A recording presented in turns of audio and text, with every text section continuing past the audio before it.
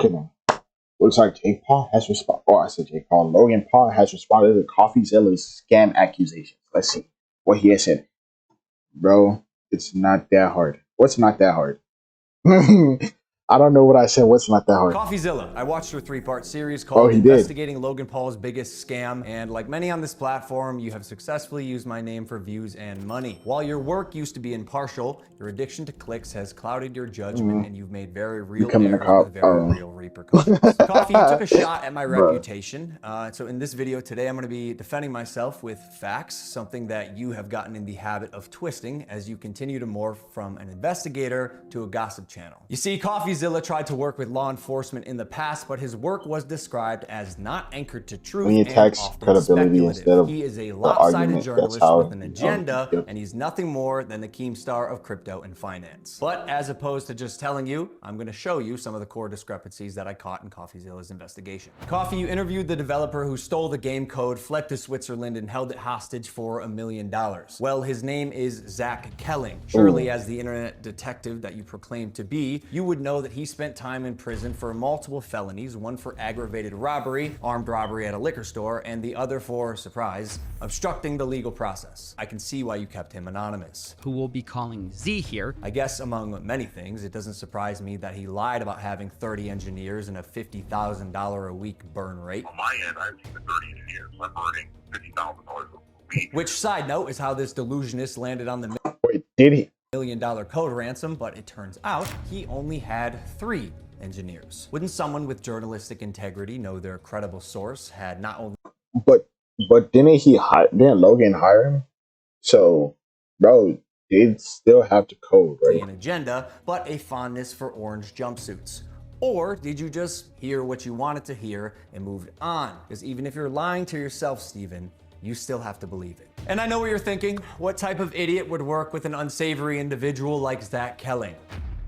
I guess that's what I get for trusting the team that I relied on to vet and manage Eddie's hiring process, who has turned out to be a professional con man that I have since learned fooled billionaires, the Mormon Church, the owner of the New York Yankees, and now me. And surely you knew Emilio, the gentleman who supposedly let his child invest in a cryptocurrency, was allegedly responsible for 2 rug pulls before you interviewed him. So either you missed that or you knew it and failed to let the public know. Why? Because it was a clear sign that he was also untrustworthy. You seemed pretty excited when the guy told you that he couldn't hatch the eggs. Wait, you can't even hatch? No, I'm telling you, it's just a picture. You're kidding! You can't hatch? You're kidding. You can't hatch? You can't hatch? Yeah, 1 second of research would prove that to be false, as you can definitely hatch eggs and even breed your animals. Click on that. Oh, we got a duck. And as you pointed out in your fine print, cross-hatching was available on ETH at one point, but you perpetuated the opposite as truth with your chest out. Basically, nothing worked. And by the way, guy, almost all NFTs are just pictures. I'm telling you, it's just a picture. And surely a real internet detective would not break criminal and civil laws in trying to get information,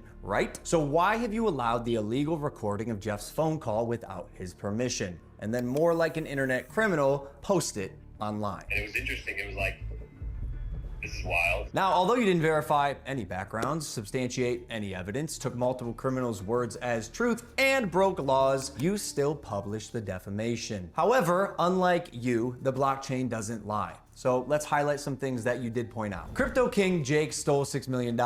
True or not, we had already removed him from the team when we realized he was a bad actor and his motives were purely financial. Conman Eddie, lead developer, stole $1.7 million. True or not, when we learned he was a bad actor as well, he was immediately removed from the team. While myself and Jeff sold nothing and made nothing as verified through investigation and the blockchain. Jeff, Logan's manager, to my knowledge, never sold. Neither did Logan Paul. I repeat, Jeff and I made no money and will never make any money on Crypto Zoo. In fact, we only lost money trying to pick up the pieces. As has been the case with dozens of crypto and NFT projects, the space is unfortunately ripe for bad actors to infiltrate projects that start with even the best intentions. Jake the Snake is no longer affiliated with Crypto Zoo, and we hope the money he reappropriated was worth ruining his reputation. Conman Eddie is being investigated by a higher authority that I cannot speak on. As you can imagine, I was not cleared from legal to discuss much of this this, including the legal process being undertaken and the criminal investigations going on during the fallout, but I do appreciate you calling out that rats under my nose stole the game code, millions of dollars, and left Jeff and I abandoned with no team and knives in our back. But even after 12 months of work, you've still managed to overlook one crucial piece of information. See, even though I've said it's coming so many times, you've assumed that CryptoZoo isn't being made. Who are you to decide when the development timeline ends? I got everything stolen from me in our community, stopped promoting publicly as soon as I knew the extent of the internal issues, took all of the heat on social, and you still published a defamatory hit piece. But people were mad because, like, even if Coffeezilla posted this, right? People were mad because it took 12 months, which is this video, for him to respond to everything that's happening, right? Because he said he went silent and took the heat instead of just saying what was happening. Or like, oh yeah, this happened, this happened, this happened. Now it's going to take us a little longer to get the product out to you guys. So we appreciate your patience. We don't know when it's going to come out. Fully knowing I was innocent just so you could enrich yourself in your $10 million studio. Sharp, but deeply unethical, dangerously misleading, and illegal. I suggest you use the money you got from pumping your Patreon to hire a good lawyer. You're gonna need it. And maybe we could have talked about this if you had reached out to me, personally. Not my manager, Jeff, who is not me, Steven, but the first time you did was on Christmas Eve after you released your series so you could rely on false statements and unreliable people used recklessly. The subject line was third request for comment. Yeah, not quite. This will be my third time reaching out to you and your team. The first 2 times were through your manager, Jeff. The first 2 times were through your manager, Jeff. Okay, so the last time on Christmas Eve after the fact was to me. You have a funny way of twisting things. And I also noticed you left out that part on Twitter. Why hide that? Trust me, CryptoZoo is coming. I will make damn sure of it. And honestly, it sucks that after years of personal reform, going through trials and tribulations and busting my ass to evolve into a person that I can say I'm actually proud of, you led the charge to drive and monetize a narrative telling millions of people that I'm a fraud or I tried to scam my audience. That is patently false. This video is mainly for my fans and anyone who's on the fence that I hope I can help understand a situation that is tremendously complex, but has... Hold on. I'm not going to say he said he scammed. I'm not going to say that Coffeezilla said that he scammed. Because he still pointed out that that he didn't sell and didn't know what was going on with the project, right? So he didn't know what was happening or whatever. I mean, it was a bad scam and it was a clickbait, or I say clickbait, but a really enticing title so that if you see it, you would click on the video, right? Also, the part about the calls, right? I guess that's true because you gotta say, oh, you're being recorded. Do you mind that, right? Because whenever you call a government thing or whatever, or whenever you call anything that has to do with like a company, they're always like, you're being recorded, and then they continue on with that, or what you need help with or whatever. Has been right? oversimplified for both views and clicks. And lastly, Coffeezilla. I now know your motives with this. Clout and money, good for you, but also you're slimy as so I'm not gonna come on any of your podcasts. If you wanna come on Impulsive and talk about this, that's fine. You've denied my invitation multiple times. You're still invited. It can be a one-on-one. If not, we're gonna handle this ourselves while we continue to build CryptoZoo, and I'll see you in court. The calls I get, 2023, 2024.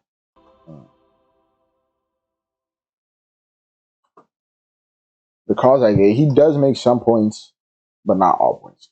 Because it kind of took you, somebody else, big, calling you out to make your response video to what was happening. So, I don't know. Very much frowned upon in a debate. 100%, yeah, logical fallacy, yeah. It's fine. Forget how we know that that's how he knows he's guilty, instead of crafting a proper response to grasp for straws. Like, yeah, I would have preferred if he was just like, this part of what he said is true, this part is also true. Because he does say that, right? In the video, he's like, yeah, Coffeezilla said about this dude is true, how we got conned, and then how there's bad actors, which is also true. How me and my manager didn't sell, which is true. Like, he could have just been like, yeah, we're still bringing it. My bad for all the problems that's happened so far. Some of the stuff he said is true, but also some of the stuff he said is like 12 months of silence. He was the only person that managed to get a word out your mouth. That's what I'm saying. Like, he was like, Logan said he went silent, right? So then he could take all the backlash, but you didn't say anything. Like, people want to know because they're not mind readers, right? They're not in your inner circle, so they don't know what you're doing. And when you stop randomly promoting stuff, people jump to conclusions. And Coffeezilla put it all together and try to figure out what was going on, and he got you to talk about it, which was what everybody wanted. So, exactly, it's funny how he could have spoken about this a long time ago. There was no reason for him to remain silent for 12 months if he had said, hey, some of the people I hired were not who they originally claimed to be, so we have to rebuild the team and the game. Please be patient. Lately, this wouldn't have. Yeah, exactly. This is all he. This is all he needed to say, right here, right here. That's all he needed to say. My bad. Some problems happened. The release date or everything else is gonna be pushed back. So yeah, that's just all he really had to say. But didn't they? He didn't address the secret release, right? Where they bought it in stock or whatever, right? He didn't release that part. He didn't talk about that part. I just remembered that right now. Like, he didn't talk about that part. That's crazy. In my defense, my entire team was compromised as criminals. I am without blame. I mean, this part, my entire team is compromised with criminals. I would say that's not his fault 100% because, bro, doesn't like he trusted his team to do research, and I guess they didn't do thorough enough research. I mean, okay, bro, shut up. I don't know, because he himself didn't hire them, but also his team did, so it's his fault for putting a team together that can't really figure out who to hire. Like how he made his case worse by revealing the criminal background of his own employees. Yeah, those birds of a feather flock together. He hired them. No, I like how he made it worse by saying something. Yeah, bro. Like, you could take him to court for the phone calls or whatever, right? I'm pretty sure. I don't think he's gonna get 3 years. He might like have to pay a fine or whatever, but I don't know what that fine would be. He might have to take down the videos, but it's already too late because the video's already up. You've already responded to the video, which is what everybody really wanted you to do. So, yeah, they he basically made you do what everybody wanted you to do, or they wanted to hear your side or what you had to say about the situation, and you didn't really say much, just picking at random shit. But I still want to know about this silent release because they plan to buy it all up, right? Or buy it and then sell it or whatever. So yeah, just because you didn't sell doesn't mean you're totally innocent. But like, subscribe, see you guys later. Hope you have a good day or night, and bye. And let me know what you guys think about this. Bye.